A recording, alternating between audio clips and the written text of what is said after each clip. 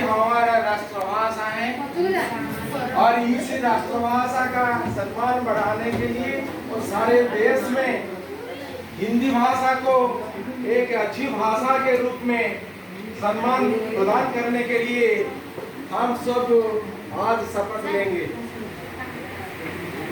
हिंदी दिवस यानी कि सारा भारत में बहुत सारे राज्य हैं, लेकिन एक ही भाषा है जिस भाषा को सारा भारतवर्ष में अच्छा भाषा के रूप में मान्यता मिली है।